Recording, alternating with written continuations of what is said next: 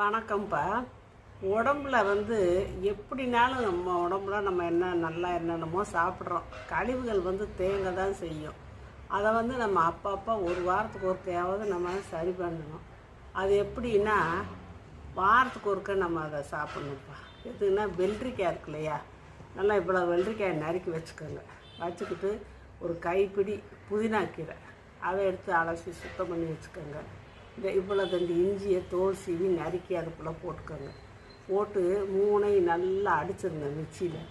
அடிச்சுட்டு அதில் அரை எலுமிச்சம்பழம் விதையை எடுத்துகிட்டு அந்த சாரை மட்டும் புழிஞ்சு லேசாக இன்னொரு அடி அடித்தாலும் சரி, சும்மா கலந்துக்கிட்டாலும் சரி, நல்லா ஸ்பூனில் எடுத்து சப்பி துவைச்சி ஏதாவது ஒரு நேரம், ஒரு நாளைக்கு, வாரத்தில் ஒரு நாளைக்கு இதை சாப்பிட்ட பிறகுனாலும் சரி, வெறும் வயிற்றுலனாலும் சரி, எப்படினாலும் சரி, நீங்கள் அதை சாப்பிட்டு வந்தீங்கன்னா உங்களுக்கு உடம்புல இருக்க அந்த டாக்ஸின்னு சொல்கிறாங்கள்ல, அந்த கழிவுகள் அதெல்லாம் வெளியேறிடும். நம்மளுக்கு அந்த நோய் நொடி இல்லாமல், ஒரு சோம்பேறித்தனம் இல்லாமல், ஒரு அசதி இல்லாமல் இருக்கலாம். அதனால் நீங்கள் வாரத்துக்கு ஒருக்க அந்த மாதிரி செஞ்சு சாப்பிடுங்க.